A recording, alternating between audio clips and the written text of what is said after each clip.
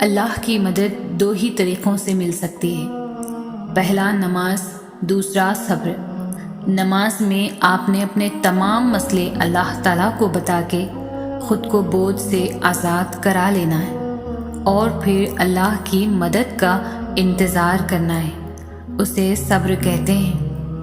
جب آپ ان دو طریقوں کو اپنا لیتے ہیں تو سب سے انسٹنٹ فائدہ پتہ ہے کیا ہوتا ہے؟ کہ آپ پینک ہونے سے بچ جاتے ہیں۔ آپ کو پتہ ہوتا ہے کہ اللہ بہترین وقت پر بہترین طریقے سے آپ کا کام سنبھالے گا۔ لوگوں سے مدد کی امید، ٹینشن، ناکامی کا خوف، دھوکے کا خوف، ان سب پریشانیوں سے آپ بچ جاتے ہیں۔ آپ کا سارا فوکس صرف اللہ ہو جاتا ہے۔ اور یاد نہیں، یہی مقصد نہیں تھا آپ کے اور میرے اس دنیا میں آنے کا؟ اور صبر اور نماز سے مدد لیا کرو۔ ہم اس دنیا میں جو کچھ بھی کر رہے ہیں، اللہ ہمارے ہر عمل، ہر سوچ اور ہر اٹھتے رکتے قدم سے بخوبی واقف ہے۔ تو تم یہ کیوں بھول گئے ہو کہ اللہ تمہاری بھی ہر پریشانی اور تکلیف کو جانتا ہے؟ تم یہ کیسے بھول گئے ہو کہ وہ تمہیں نہیں بھول سکتا؟ تم اس سے خفا ہو کر اب اسے اپنی تکلیف نہیں بتاتے، اس سے مدد نہیں مانگتے، تو اس کا مطلب یہ تو نہیں کہ وہ تمہیں بھول بیٹھا ہے۔ وہ تمہاری تکلیف سے بے خبر ہے۔ وہ تو بس یہ چاہتا ہے کہ تم جان لو کہ وہ دن کے بعد رات لاتا ہے، اور وہ دن کے ساتھ رات کی بھی خبر رکھتا ہے۔ تو کیسے ممکن ہے تکلیف میں تمہاری خبر نہ رکھے؟ کیا پتہ یہ تکالیف بار بار اس لیے آ رہی ہوں کہ تم پر حق ظاہر ہو جائے کہ اللہ کے سوا نہیں کوئی واقعی سلجھا سکتا۔ کیا پتہ تم پر ظاہر ہو جائے کہ واقعی تکلیف گزر بھی جائے اور تمہیں پتہ بھی نہ چلے، سب چپکے سے ظاہر ہو جائے۔ کیا واقعی سب خود ہی ہو جائے گا یا کیا جائے گا؟ یہ بات تو کنفرم ہے کہ ہوگا، یقین کرو۔ اللہ کی مدد دو ہی طریقوں سے مل سکتی ہے، پہلا نماز، دوسرا صبر۔ نماز میں آپ نے اپنے تمام مسئلے اللہ تعالیٰ کو بتا کے خود کو بوجھ سے آزاد کرا لینا ہے، اور پھر اللہ کی مدد کا انتظار کرنا ہے، اسے صبر کہتے ہیں۔ جب آپ ان دو طریقوں کو اپنا لیتے ہیں تو سب سے انسٹنٹ فائدہ پتہ ہے کیا ہوتا ہے؟ کہ آپ پینک ہونے سے بچ جاتے ہیں۔ آپ کو پتہ ہوتا ہے کہ اللہ بہترین وقت پر بہترین طریقے سے آپ کا کام سنبھال لے گا۔ لوگوں سے مدد کی امید، ٹینشن، ناکامی کا خوف، دھوکے کا خوف، ان سب پریشانیوں سے آپ بچ جاتے ہیں۔ آپ کا سارا فوکس صرف اللہ ہو جاتا ہے۔ اور یاد نہیں، یہی مقصد نہیں تھا آپ کے اور میرے اس دنیا میں آنے کا؟ اور صبر اور نماز سے مدد لیا کرو۔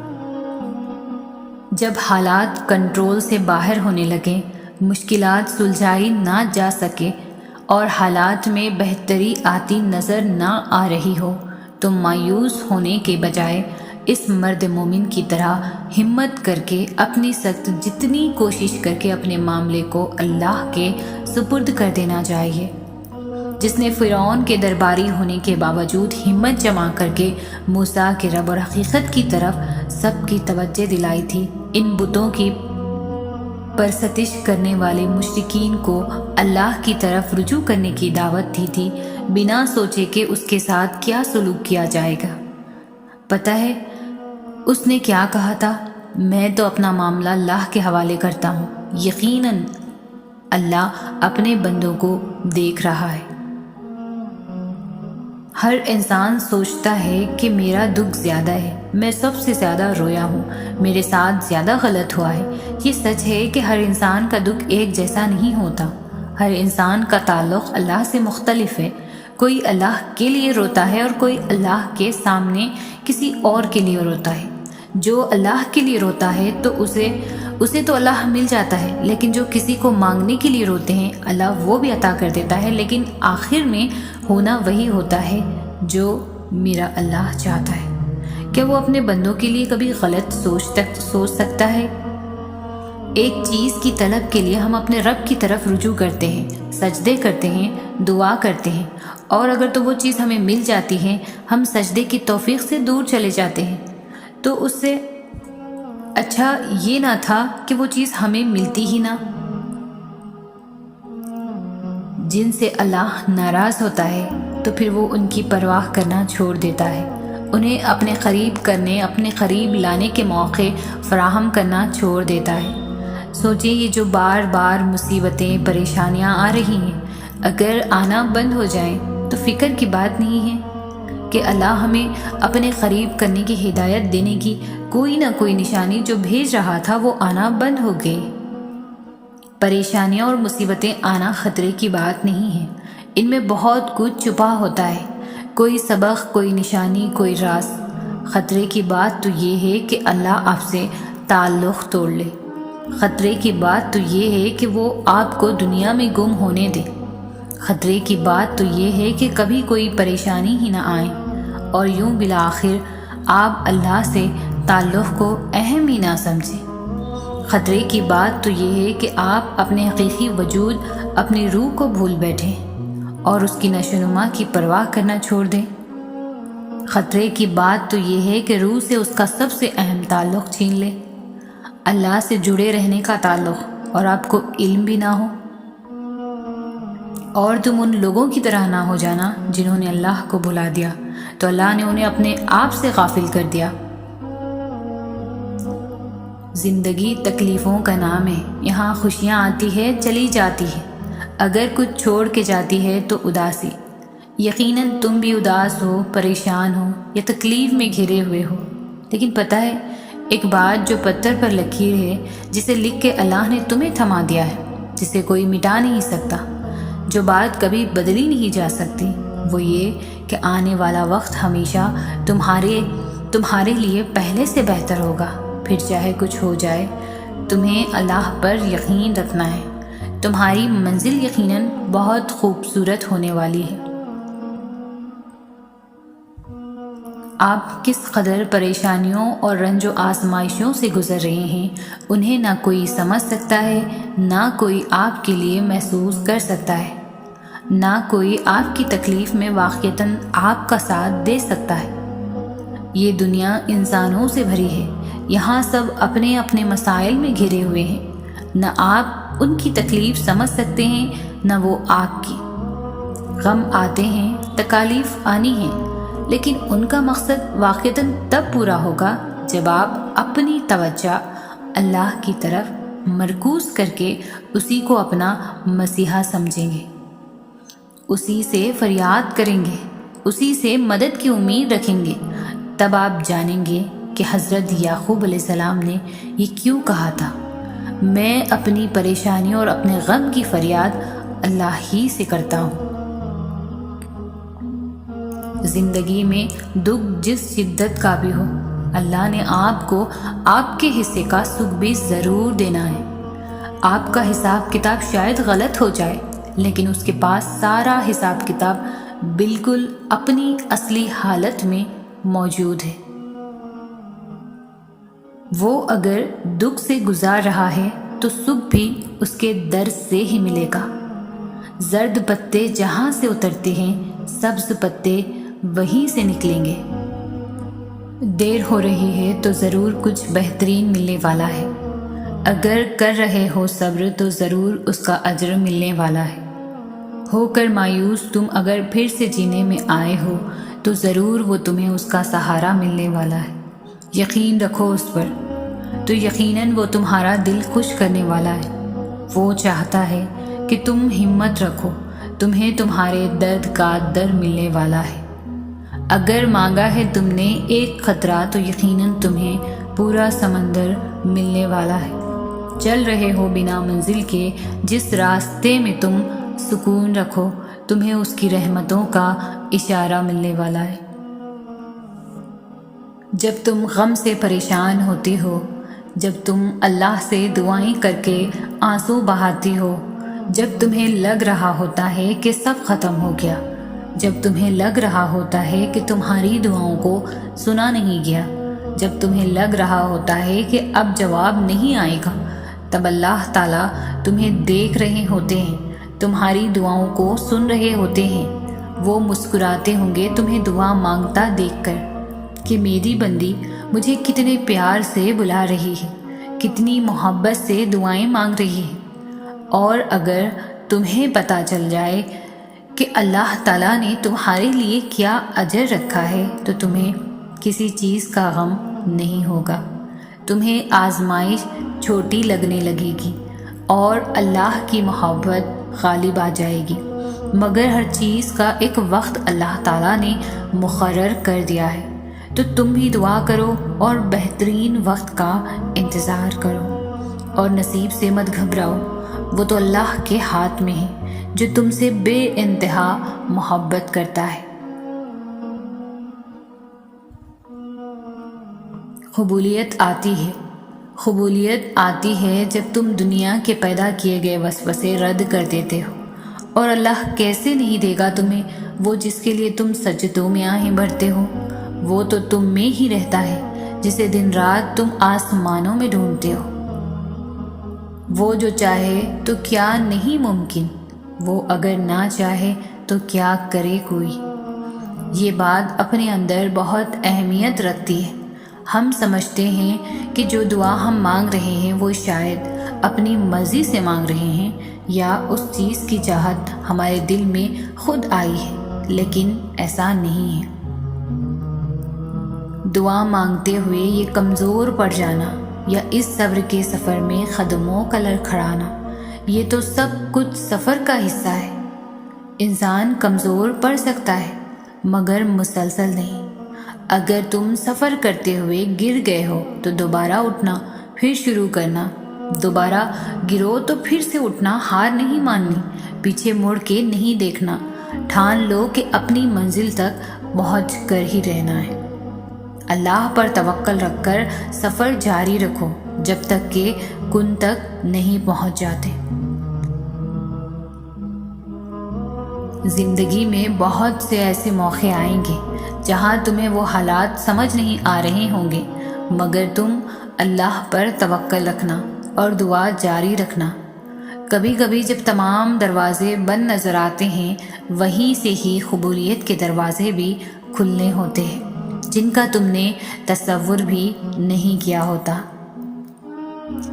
لوگ نہ تو آپ کا مسئلہ ہے اور نہ ہی آپ کی دعاؤں کا، کیونکہ اللہ نے آپ کو دینے کے لیے لوگوں کی رائے نہیں مانگنی۔ لوگ کچھ بھی نہیں ہیں، یہ معاملہ صرف اللہ کا اور آپ کا ہے۔ جیسے اللہ نے آپ کے معاملے میں لوگوں سے مشورہ نہیں لیا، ویسے ہی آپ نے بھی اللہ کے معاملے میں کسی سے بھی مشورہ نہیں لینا۔ آپ نے دعا کرنی ہے، آپ کریں۔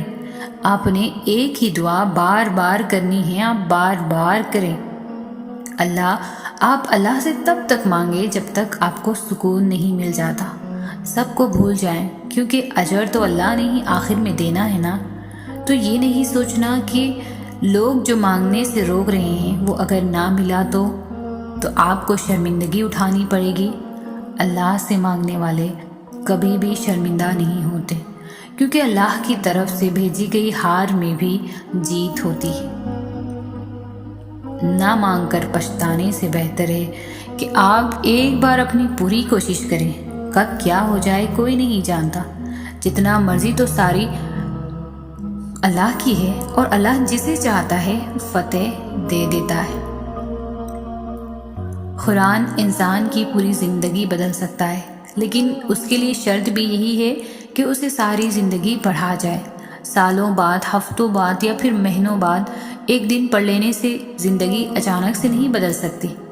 آپ کو اسے روز پڑھنا ہوگا۔ جیسے جب آپ کسی تھراپسٹ کے پاس تھراپی کے لیے جاتے ہیں تو صرف ایک سیشن سے آپ کو اتنی تسکین نہیں ملتی، اس لیے آپ تب تک سیشنز لیتے رہتے ہیں جب تک آپ کو سارے جوابات نہیں مل جاتے۔ جب ایک انسان آپ کو مطمئن کر سکتا ہے تو پھر سوچیں اللہ کیا کچھ کر سکتا ہے۔ جتنا وقت آپ دنیا کے تھراپسٹ کو دیتے ہیں نا، اس سے آدھا وقت اللہ کو دے کر دیکھیں۔ اللہ کے ساتھ روز 20 منٹ کا ایک سیشن لگا کر دیکھیں، آپ کی زندگی خود بخود کیسے پلٹ جائے گی آپ کو بھی علم نہیں ہوگا۔ قرآن نہ صرف آپ کے حالات بدل دے گا بلکہ یہ آپ کو بھی بدل دے گا، اتنا کہ آپ اللہ سے اور اللہ آپ سے محبت کرنے لگیں گے۔ آپ ایک ایک آیت کر کے قرآن کو پڑھتے جائیں، اللہ ایک ایک کر کے آپ کے لیے اپنی مدد کے دروازے کھولتا جائے گا۔ بس جس اللہ نے آپ پر قرآن نازل فرمایا ہے وہ آپ کو ایک اچھے انجام تک پہنچا کر رہے گا۔ صراط مستقیم کا مطلب سیدھا راستہ، وہ راستہ جہاں کئی موڑ پر ہمارا بار بار امتحان لیا جاتا ہے، جہاں قدم قدم پر مشکلات آتی ہیں، آزمائش لی جاتی ہے۔ اس وجہ سے ہمارا نفس قابو میں نہیں رہتا اور ہم کبھی کبھار صبر کھو بیٹھتے ہیں۔ یہ راستہ بہت مشکل ہوتا ہے، اس راستے پر چلنا آسان نہیں ہوتا، پر مشکلات کے بعد ہی تو آسانیاں ملتی ہے۔ جیسے یقین کے بعد صبر ملتا ہے، دنیاوی لوگوں کے دکھاووں کے بعد ہی تو خدا کی محبت ملتی ہے۔ جیسے تنہا اندھیری رات میں کسی کو سہارا ملتا ہے، گناہوں کی معافی مانگنے کے بعد ہی تو خدا کی بخشش ملتی ہے۔ دعاؤں کے درمیان ہونے والی اللہ سے گفتگو سے ہی تو تہجد کا سجدہ ملتا ہے، اور یقین کی حد پار کر لینے سے ہی تو صبر ملتا ہے۔ اللہ پر پختہ توکل کر لینے سے ہی تو خدا کی محبت ملتی ہے۔ یہ راستہ بہت صبر اور یقین سے طے کیا جاتا ہے، اور جب ہم اس سفر میں ڈھلنے لگ جاتے ہیں تو زندگی کے ہر سفر میں آنے والی پریشانیوں کو یہ صراط المستقیم چار چاند لگا دیتا ہے۔ جو گراہ ہم خود لکھتے ہیں اسے ہم خود کھولنے لگتے ہیں، اور وہ سب کچھ دھیرے دھیرے صحیح ہوتا چلا جاتا ہے۔ جیسے ناممکن کو ممکن کی امید مل گئی ہو، بے سہارا کو سہارا مل گیا ہو، خدا کی محبت کا کنارہ مل گیا ہو، تہجد کے سجدے کا بہانہ مل گیا ہو، آنسوؤں کو دعاؤں کا خسارہ مل گیا ہو۔ عبادت سے جنت ملتی ہے جبکہ تڑپ سے اللہ ملتا ہے۔ عبادت تو پروٹوکول کی طرح ہوتی ہے کہ تو ہی بادشاہ ہے، ہم تیرے سامنے ہی جھکتے ہیں، ہم تیری ہی عبادت کرتے ہیں۔ عبادت فرشتہ بنا سکتی ہے لیکن درد انسان بناتا ہے، تبھی اس نے فرشتوں سے افضل انسان کا درجہ رکھا ہے، کیونکہ عبادت اتنی مشکل نہیں جتنا تڑپ برداشت کرنا ہے، اور تڑپ تب ہی دل میں پیدا ہوتی ہے جب دل میں احساس ہوتا ہے دوسروں کا احساس، دوسروں کی تکلیف کا احساس۔ اپنا درد تو جانور بھی محسوس کر لیتے ہیں، اس نے خود کو ہمارے ارد گرد لوگوں میں چھپا رکھا ہے، اور وہ رب راضی تبھی ہوتا ہے جب ہم کسی کے غم کو سمیٹ لیتے ہیں، کسی کے عیب پر پردہ رکھ لیتے ہیں، کسی کی بے بسی کو ڈھانپ لیتے ہیں، بس تب پھر وہ بھی ہمیں ڈھانپ لیتا ہے، ساری دنیا سے دور اپنے اندر چھپا لیتا ہے۔ صبر آتے آتے بہت وقت لگتا ہے، اور صبر آتا تب ہی ہے جب انسان حقیقت کو تسلیم کر لیتا ہے۔ کبھی کبھار ہم کسی چیز کو حاصل کرنے کے لیے بہت کوشش کرتے ہیں، دن رات دعائیں مانگتے ہیں، گڑ گڑاتے ہیں، لیکن پھر بھی اگر وہ چیز ہمیں نہیں مل پاتی تو اس میں اللہ کی بہت بڑی مصلحت ہوتی ہے۔ ہاں یہ سچ ہے کہ اللہ ہر چیز پر قادر ہے، مگر ہم اس کی حکمتیں نہیں سمجھ سکتے، اور ہم چیزوں کو اس طرح نہیں جان سکتے جیسے وہ جانتا ہے۔ کبھی کبھار ہم اس چیز کے پیچھے بھاگتے ہیں جو ہماری اداسی کی سب سے بڑی وجہ ہوتی ہے۔ تبھی اللہ کچھ دروازے بند کرتا ہے۔ ابھی تمہیں سمجھ نہیں آئے گا یہ سب، اور یہ باتیں بری لگیں گی، مگر وقت گزرنے کے ساتھ ساتھ سب کچھ سمجھ آنے لگے گا۔ پھر تم کہو گے کہ واقعی اگر تب اللہ ہماری حفاظت نہ کرتا تو ہم آج کتنی تکلیف میں ہوتے، کیونکہ وہ کبھی تمہارا برا نہیں سوچتا، تم خود ہی اپنا برا سوچتے ہو، اور تمہیں پتہ بھی نہیں ہوتا۔ صبر تب ہی آتا ہے جب انسان اللہ کی رضا میں راضی ہو جاتا ہے۔ پھر وہ وقت بھی آئے گا جب تم پر ساری مصلحتوں کی حقیقت کھل جائیں گی، جب ہر چیز، ہر امتحان، ہر آزمائش کی سمجھ آنے لگے گی، جب تمہیں صبر عطا کر دیا جائے گا۔ ایسا صبر جس کے بعد حوصلوں کو زوال نہیں ہوگا جب تمہیں مکمل جوڑ دیا جائے گا، اتنی مضبوطی سے کہ پھر کوئی تمہیں توڑ نہیں سکے گا، جب تمہیں ہر اس چیز سے نواز دیا جائے گا جس کی تم نے چاہت کی تھی، جس کی تڑپ سے تم نے راتوں کو اٹھ اٹھ کر اللہ کو پکارا تھا، جب تمہیں ہر اس آنسو کا صلہ دگنا کر کے دیا جائے گا جو تم نے مسکراہٹ کے پیچھے چھپا لیے تھے۔ ابھی نہ صحیح مگر ایک دن تمہیں سب سمجھ آ جائے گا کہ کون سی چیز کیوں دور کی گئی ہے اور کون سی چیز کیوں عطا کی گئی ہے۔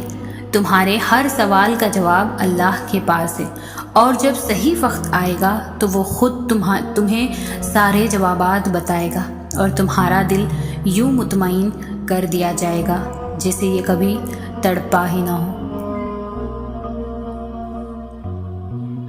اللہ ہر دعا کا جواب دیتا ہے، بس ذریعے مختلف ہوتے ہیں۔ کبھی وہ کسی انسان کو آپ سے ملوا کر جواب دیتا ہے اور کبھی آپ سے دور کر کے، کبھی وہ ہواؤں کے ہاتھ پیغام بھیجتا ہے تو کبھی اپنا جواب کسی ٹھوکر میں چھپا دیتا ہے، کبھی وہ سجدے میں گرا کر اپنی مصلحتیں سمجھاتا ہے اور کبھی ہاتھ تھام کر صبر کا صلہ دیتا ہے۔ آزمائش کا آنا اور روح کا ریزہ ریزہ ہو کر بکھر جانا بے وجہ نہیں ہے۔ کبھی تکلیف میں ہو تو اللہ کو محسوس کرنا، پھر اس کی موجودگی بھی دکھائی دے گی اور اس کی سرگوشی بھی سنائی دے گی۔ تڑپ دل میں وہ تب ہی اتارتا ہے جب وہ تمہیں یاد کرتا ہے، پھر تب وہ چاہتا ہے تم اس سے بات کرو، اسے اپنی کیفیات سناؤ، اپنی ساری پریشانیاں اس کی دہلیز پر چھوڑاؤ، ہر فیصلہ اس کے سپرد کر آؤ تاکہ بس تم اور اللہ رہ جائے، پھر سے مسکراؤ اور سب بھول جاؤ۔ مٹھاس تو بس پھر اسی کے ذکر میں ہے، اور سکون کے لیے تو اس کا نام ہی کافی ہے۔ تم تنہا نہیں ہو، تمہارے ساتھ اللہ ہے، اور جس کے ساتھ وہ ہو اس کے ساتھ تو کائنات کی رونقیں چلتی ہیں۔ ایک دن تمہارے پاس وہ سب ہوگا جسے پانے کی امید میں تم اتنی دعائیں کرتے ہو، راتوں کو اٹھتے ہو۔ اللہ تمہیں وہ سب کچھ دے گا جس کی تم تمنا کرتے ہو۔ تمہارا انتظار ضائع نہیں جائے گا۔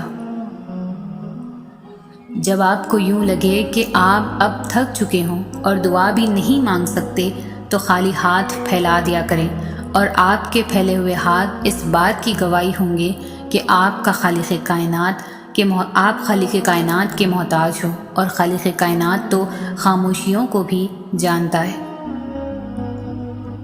دکھ کی بات تو یہ ہے کہ ہم اپنے غموں پر روتے ہیں، اپنے گناہوں پر نہیں۔ ہمارا اللہ سے رشتہ ایسا ہے کہ ہم صرف اپنے غم، دکھ، درد، حاجات اور شکایت پر روتے ہیں، اپنے گناہوں، نافرمانیوں پر نہیں، ورنہ ہمارا اپنے گناہوں پر رونا ہمارے غموں کا علاج بن جائے گا۔ اگر آپ اللہ پر بھروسہ کریں گے تو وہ کسی کو آپ کو نقصان پہنچانے نہیں دے گا، اور اب تک جو نقصان ہوا ہے وہ اس کی اجازت سے پہنچا ہے، کیونکہ آپ کی زندگی اس کی ملکیت ہے۔ اس نے آپ کی زندگی کے لیے ایک فیصلہ لیا ہے جو شاید آپ کو ناپسند ہو، لیکن وہ درست ہوگا۔ تمہارے رب کے پاس تمہارے لیے عطاؤں کا سمندر ہے، تمہارے یہ ضبط کے آنسو کا ایک قطرہ ہی اس رب کی رحمت کے سمندر میں شور مچا دیتا ہے، اور اس چیز کو بھی کھینچ لے آتا ہے جو تمہارے مقدر کا حصہ نہیں ہوتی، کیونکہ جن راستوں کا سفر تکلیف دہ ہو اس کا اختتام ہمیشہ حسین ہوا کرتا ہے۔ اللہ فرماتا ہے، اور ان قریب تمہارا رب تمہیں پھیر دے گا اس کی طرف جس میں تمہاری خوشی ہو۔ سنو، یہ مت سوچو کہ تمہاری دعائیں نہیں سنی جا رہی ہیں یا کبھی قبول نہیں ہوں گی، بلکہ جان لو تمہاری دعائیں تو عرش پر جا چکی ہے۔ اس کے تو بس ایک کن کی بات ہے، جب تمہارے حق میں بہتر ہوگا تو اس نے کن کہنا ہے اور فیکن کے معجزے ہو جانے۔ جو اللہ نے تمہارے لیے لکھ دیا ہے وہ امتحان کے لیے تم سے دور تو جا سکتا ہے، لیکن کسی اور کو کبھی نہیں مل سکتا، اور جسے دعا میں مانگا جائے اسے تمہارا نصیب بھی تم سے نہیں چھین سکتا، وہ ہر حال میں تم تک پہنچ کر رہے گا۔ اور جب توکل کرو تو یہ مت سوچو کہ جو مانگا ہے وہ ملے گا کیسے، بلکہ انتظار کرو کہ جو مانگا ہے وہ ہر حال میں ملے گا۔ کب اور کیسے اس بات کا فیصلہ وسیلہ بنانے والے پر چھوڑ دو۔ تمہارا مقدر تمہاری زندگی نہیں بناتا، تمہارا توکل تمہاری زندگی بناتا ہے۔ تمہارے پاس اب بھی دعا کا اختیار ہے، تمہاری کہانی ابھی ختم نہیں ہوئی۔ تمہیں دعاؤں کا توفیق ملنا ہی قبولیت کی سب سے بڑی دلیل ہے۔ تمہارا صبر گواہ ہے کہ تمہارے لیے کن فیکن لکھا جا چکا ہے، اور تمہارے صبر کا صلہ اب تمہیں مل کر رہے گا۔